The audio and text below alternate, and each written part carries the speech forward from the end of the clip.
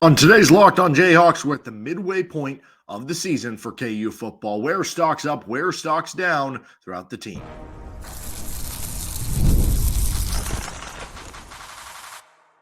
You are Locked On Jayhawks, your daily podcast on the Kansas Jayhawks. Part of the Locked On Podcast Network, your team every day. I'm Derek Johnson. Thanks for making Locked On Jayhawks your first listen every day. And thank you to everydayers catching each and every show. We are free and available wherever you get your podcasts. You can also find us on our YouTube page where you can like and subscribe. On today's episode of Locked On Jayhawks, 6 games through the season, halfway through the year for KU, we did our first quarter reports after the first 3 games. This will be our second quarter reports, or our midway reports for KU football, where things are stocks up, stocks down on the offense, on the defense, on the special teams, on miscellaneous. So we'll get to all that on today's edition of the show, starting with the offense. First, this episode is brought to you by FanDuel Sportsbook. Place your first $5 bet, and you'll get started with $200 in bonus bets guaranteed. Just visit FanDuel.com to get started today. So let's start right here with the offense. Where is stocks up? Where is stocks down on the offense so far, if we're comparing it from where we were after 3 weeks to where we are now, and or maybe some stuff of where you're comparing it before the season to where we are now. Now, if you're comparing before where we were before the season started, or in the offseason to where we are now, it still is stocks down on Jalon Daniels and the offense and Jeff Grimes and those sorts of things. But since our last episode, since the first quarter, so over the last 3 games compared to the first 3 games, I guess you could say maybe slight stocks up for Jalon Daniels and Jeff Grimes. I mean, last week was probably the best performance for both guys, and certainly there were less poor performances than the Illinois and UNLV games. So I guess you could say that if you really wanted to. But overall, it still is, from where the season begun, it is stocks down. And as much as you do have a lot of other problems that you got to deal with, you're still trying to figure that problem out. Stock is up on the offensive line for KU. So I think coming into the season, I thought this was going to be a solid offensive line. I wasn't totally sure. I would go back and forth on whether it was going to be better than a year before or worse than a year before. And obviously no Dominic Pooney. The fact that it's even in the same vicinity, I think is pretty impressive. And you lose your offensive line coach too, and Scott Fuchs, who was an outstanding offensive line coach. But this has not been a problem for KU at all. I think stock is up, and also stock is up, I think, from the 3-game point, because it's maybe been more consistent. Or, you had a bad run blocking game last week. You had a bad pass blocking game one of the weeks previous. But, outside of that, it's been pretty stellar. Right now, KU on Pro Football Focus, they rank 28th in pass blocking grade. And they're also top 35 nationally in least amount of sacks allowed. And that is even with the Jeff Grimes offense that, is having a lot of deep balls thrown in there, that you need the quarterback to hold the football for a little bit longer there. They are also in run blocking grade on Pro Football Focus. Even after the bad week last week, they're still 6th nationally in run blocking grade on Pro Football Focus.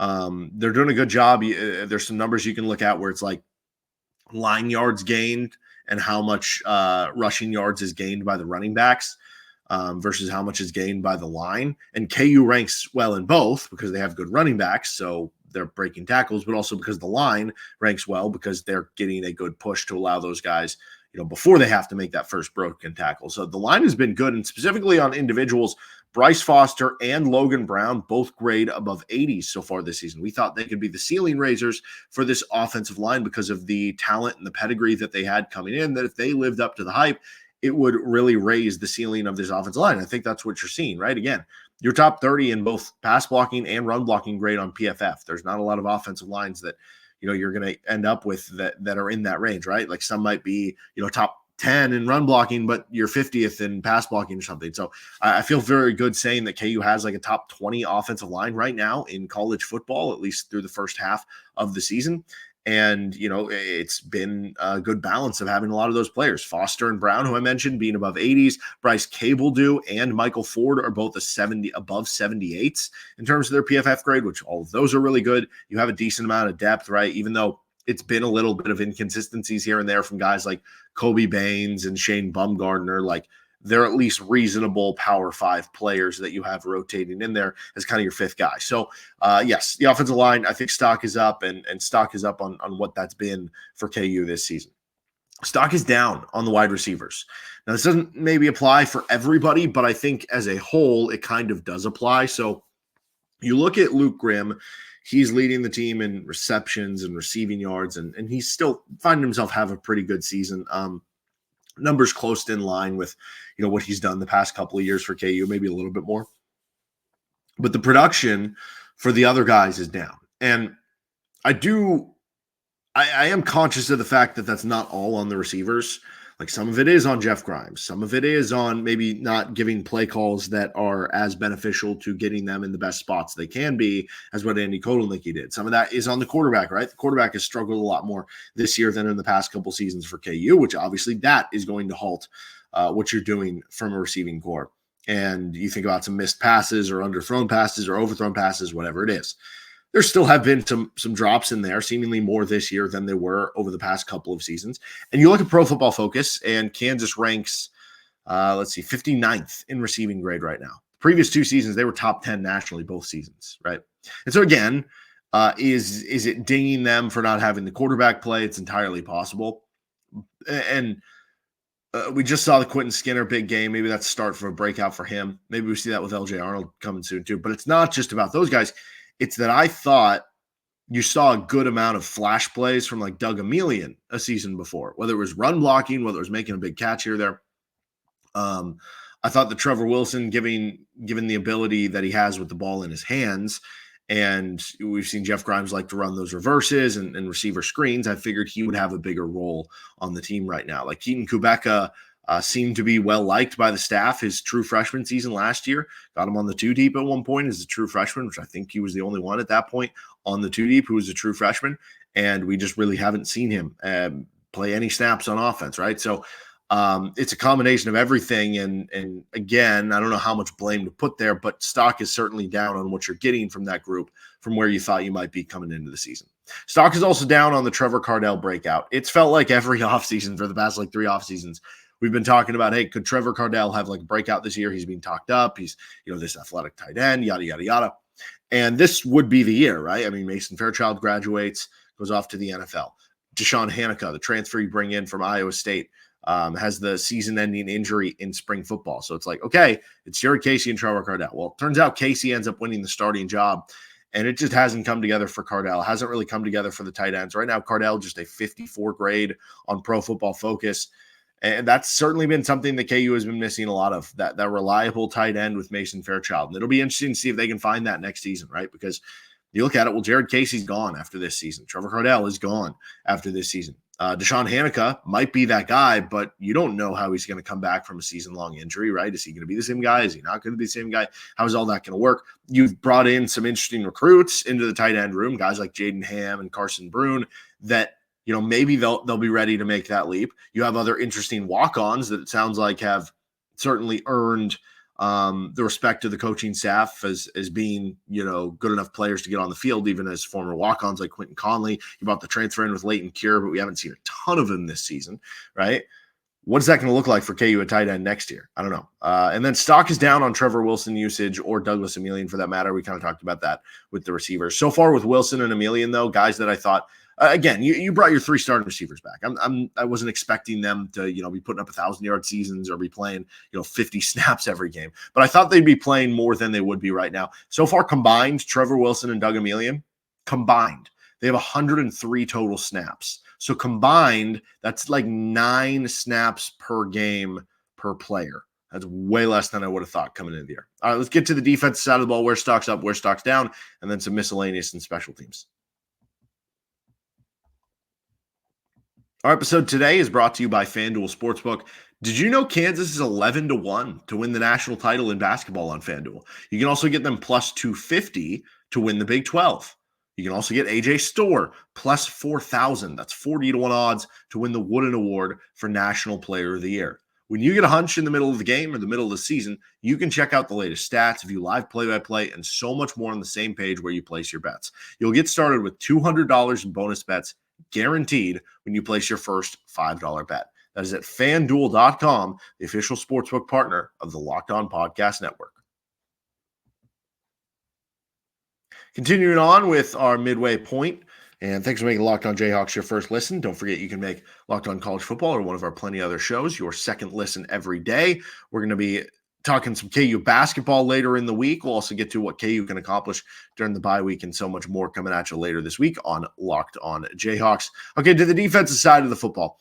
I think stock's down overall on this unit. I mean, if we're looking at this from where KU was in the first three games to where they are now through game 6, your second quarter of the season, you could honestly make the argument that the offense is slightly stocks up. You would have to make the argument that the defense is very much stocks down. Like it is a big arrow pointing down from where KU was. You think about the first three games of the season, Lindenwood, whatever, throwaway game, but defense looked good, right? Better than them to look bad in an FCS game.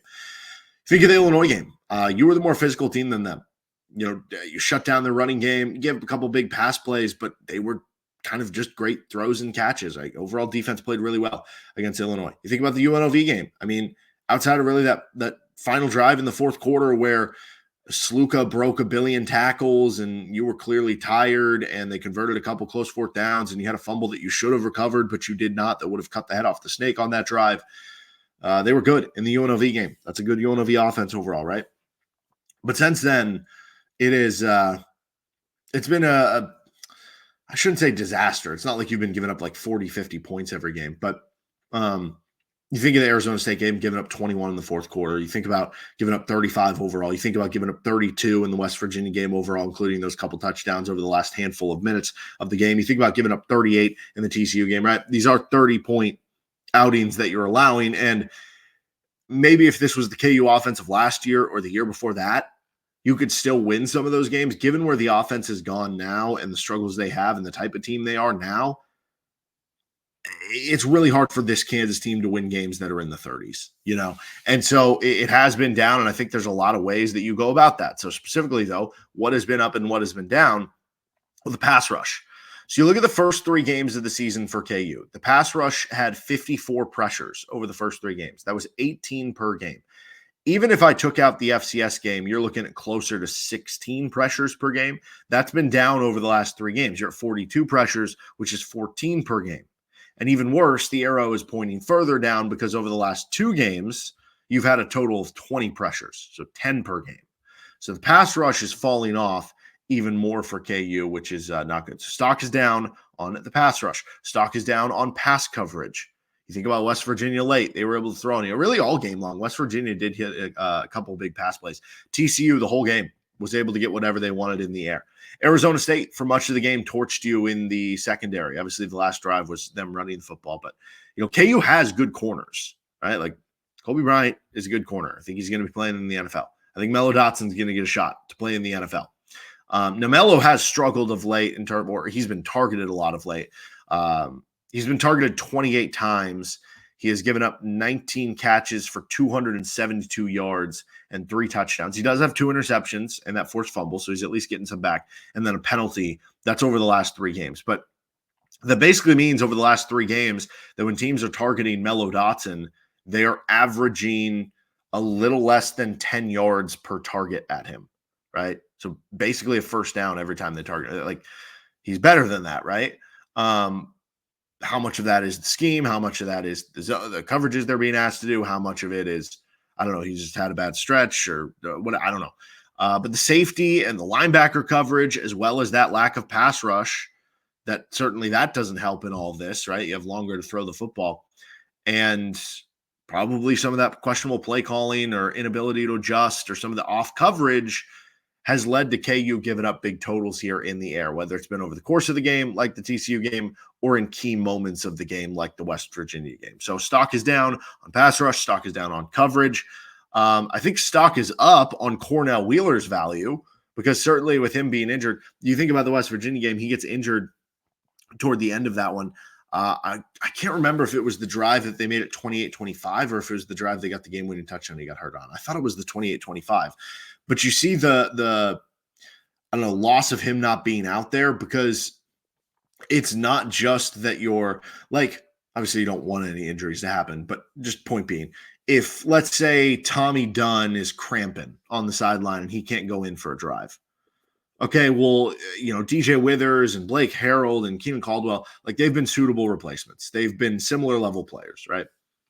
You think about at the like on the offensive side of the ball for KU, at the receiver position, for instance. If LJ Arnold cramps up for a drive, can't go out there, like I know we talked about how they haven't been playing a lot, but like if Trevor Wilson or Doug Emelian has to get a few more snaps, like is it the end of the world? No. It's not like a huge interchangeable thing. Like the drop off isn't so far that it's just going to screw you over. That's kind of been the case at linebacker. Right now, Taiwan Berryhill is he's struggling. So last year his PFF grade was, I want to say, in like the high 20s. It was certainly a struggle for Berryhill a season ago, but he was definitely playing through injuries. I know that like at the beginning of the season he was injured, and I think when he came back, maybe he rushed back because he wanted to get on the field, and he had to probably play through injuries all throughout the season. And I, certainly feel bad about that. But I'm looking at it now, and among all of the qualified linebackers currently in the Big 12, this is on Pro Football Focus. I don't know how many of them there are on the updated numbers. He is last in Pro Football Focus grade among Big 12 linebackers at a 43. The next lowest is a 50 with Jack Dingle at Cincinnati. And so you're going from with Cornell Wheeler, who is still qualified on this. Let's see, 1, 2, 3, 4. Cornell Wheeler is the 6th best linebacker in the Big 12 among all of these that are qualified. So you're going from the 6th best to the worst. It's not just that you're going from the 6th best to like a middle of the pack, right? So that's a problem. But it's also him calling plays. It's that he can be a two-way linebacker that, yeah, he's not going to be as good a coverage as maybe a safety is or an extra DB is, but like among the KU linebackers, he's one of the better guys in coverage, and he's one of the better guys to help stopping the run and making tackles. They miss Cornell Wheeler, right? And I think this more so speaks to the idea that the depth isn't there from what I certainly hoped was going to be coming into the season. I think when you looked at some of the young players or specifically in the back seven, I actually like the depth still at the defense tackle spot, obviously. And I think defensive end actually has decent enough depth, even though it doesn't have the star power that's getting the pass rush. But that back seven just doesn't have enough depth. And so what you're seeing is when, there is even just one injury, and I think linebacker is probably the thinnest position for KU defensively, so that's why it's the worst.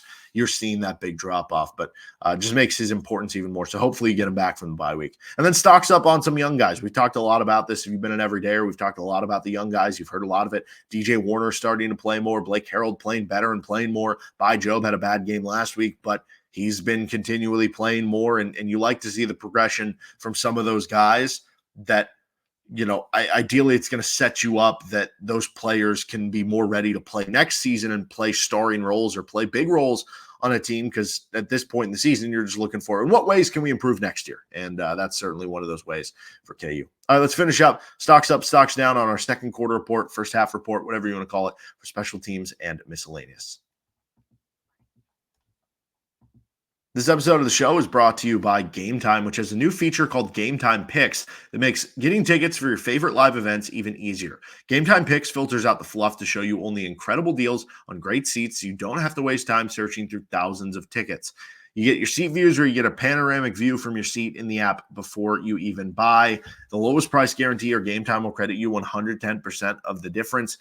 Is kind of a awesome part of this. Take the guesswork out of buying tickets to Game Time. Download the Game Time app, create an account, and use code LOCKEDONCollege for $20 off your first purchase. Was just looking at tickets. You can get tickets like, in the 100 section for like $75 for the Houston game. And I don't know, it might even go down the closer we get to kickoff. So we'll see there. You can get tickets to the Royals games, taking on the Yankees as well with Game Time. Terms apply. Again, create an account and redeem code LOCKEDONCollege for $20 off your first purchase. LOCKEDONCOLLEGE for $20 off. Download Game Time today. What time is it? Game Time. All right, thanks for joining us on this episode of Locked On Jayhawks. Let's finish up. Where are the stocks on our second quarter report through the season? I think stocks down on the team depth and staying healthy. We just talked about some of that depth at the defensive side of the football. And I think KU not as deep of a team as you might have hoped, but also they've certainly had some key injuries, and everybody has injuries you have to deal with throughout the season, right? It kind of just becomes like, how impactful are the injuries for you? And certainly the Cornell Wheeler one is big for KU. Kobe Bryant just getting hurt last week. We'll see what happens there. I'm expecting him to play in the Houston game, but I guess you never know. Guys just getting banged up. For all we know, they're guys playing through injuries that we don't really even know about, right? And that's all kind of part of this at this point in time. And obviously the injuries KU suffered in the preseason too, with like guys like Dylan Brooks, right? Maybe he would have had a breakout season as a pass rusher, and Sean Hanukkah and stuff like that. Stocks down on Lance Leipold in the job market because the past couple off seasons, there has been a bit of panic, a bit of worry, a bit of, is he going to take this job? Is he going to get offered this other job? Is this just a ploy to get more money and or more NIL money or donation money for KU, whatever it is? I don't think KU fans or donors have to worry about that this year. I can't imagine that there's going to be all these big schools that are coming calling that KU is going to have to fend off to keep Lance Leipold as the head coach for this upcoming season. So we're stuck together. No, I still believe in Lance Leipold as a head coach and everything, but yeah. Anyway, stocks neutral on KU not having great special teams. The kicking has actually been good. The punting's actually been good, but the punt coverage has not been good for KU. It feels like with the kickoff return game, they're constantly taking it out as opposed to taking the touchback and having it at the 25, and then they're starting at the 19, the 20, the 21. Times where they're getting holding calls and starting at the 11-yard line. And for an offense that has not been great, that extra 10, 15, 5 yards even could be the difference in, scoring a field goal that drive or maybe punching it in to get a touchdown. It really could. You got to take advantage of it over the course of the game. So I would say stocks neutral, that just continues to be the case. And then stocks down on close games, stocks up on things repeating themselves, and stocks down on luck. KU has not been lucky, and they've been bad in close games, and that's been a repeated theme, so no need to get more into that one.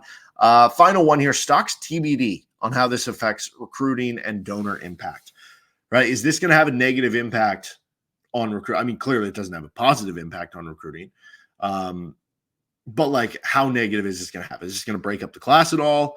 Is this going to be something where it's going to be harder to add more to the class?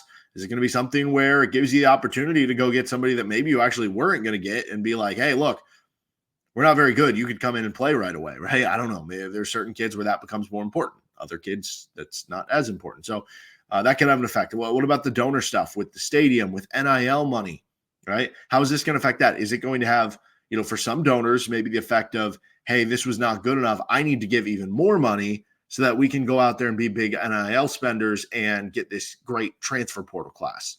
Or is it going to have the inverse effect on some donors where it's like, listen, I just gave a bunch of money last year, and this is the results of everything that I gave.